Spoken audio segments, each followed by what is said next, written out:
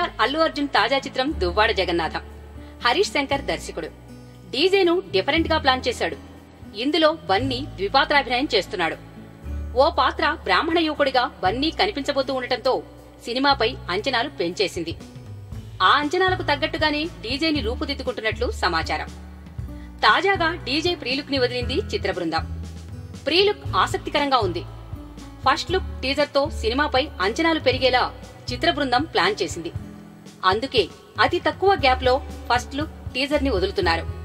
Teaser release తర్వాత అబుదాబిలో schedule కోసం అక్కడికి వెళ్లనుంది చిత్ర బృందం.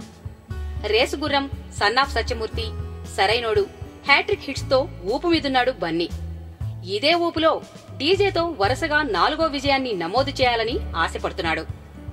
ఈ చిత్రంలో బన్నీ సరసన పూజా హెగ్డే జతకట్టనుంది. ఈ చిత్రానికి సంగీతం దేవిశ్రీ ప్రసాద్, దిల్ రాజు నిర్మాత.